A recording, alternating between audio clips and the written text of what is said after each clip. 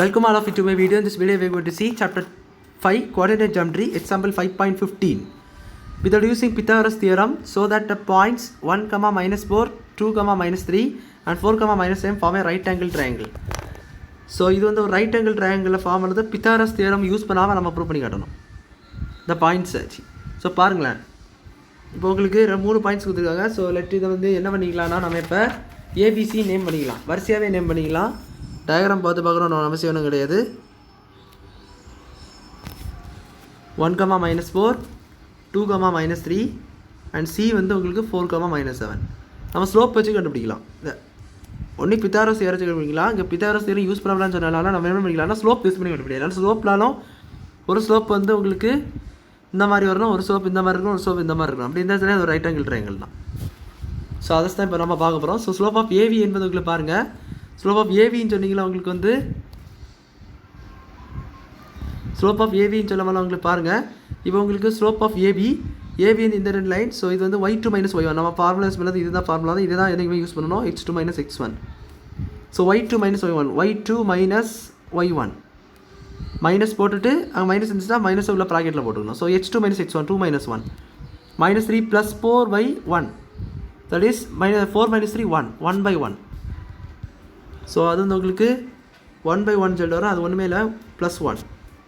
Now slope of BC 3 sides இருக்கும், 3 point கொடுத்தா 3 sides. So BC AB AC and BC. So இப்போ கண்டுபிடிக்கிறது பிசியை பாருங்கள். பிசி பார்த்தீங்கன்னா உங்களுக்கு வந்து -7 minus of -3 by -7 minus of -3 by 4 minus 2. So -7 plus 3 by 4 minus 2 2. So இது பார்த்தீங்கன்னா -7 plus 3 is -4 by 2. இதுக்கு கேன்சல் பண்ணிங்கன்னா -2 சொல்லிட்டு வரைக்கும் உங்களுக்கு. ஸ்லோப் ஆஃப் ஏசி பார்த்தீங்கன்னா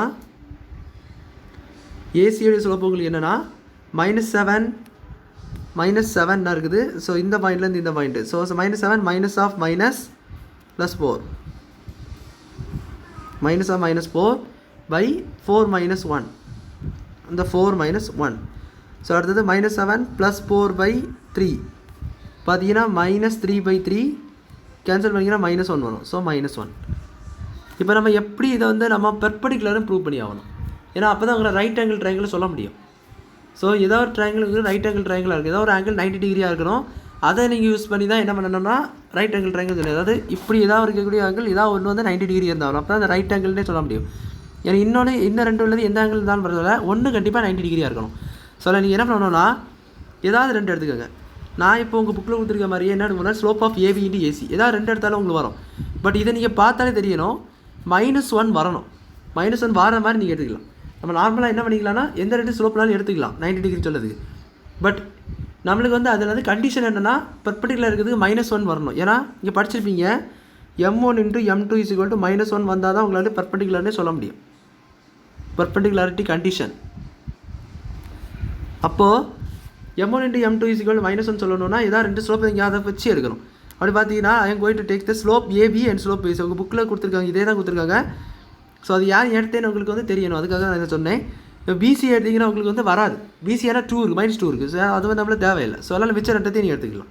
slope of AB into slope of ABC.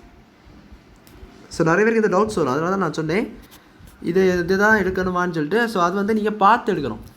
எப்படின்னு சொன்னாச்சுன்னா உங்களுக்கு வந்து அந்த -1 வரணும், அப்படி நீங்கள் பார்க்கணும். -2 அந்த பிசி எடுத்திங்கன்னா வேஸ்ட்டு, அது வந்து -2 தான் உங்களுக்கு வருது. மல்டிப்ளை பண்ணிங்கன்னா கண்டிப்பாக இடத்துல -2 வந்து அது நம்மளுக்கு தேவையில்லை, -1 தான் வரணும்.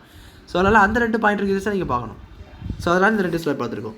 So slope of AB 1 and slope of AC வந்து -1. ஸோ அது -1 அழகாக வந்துடும்.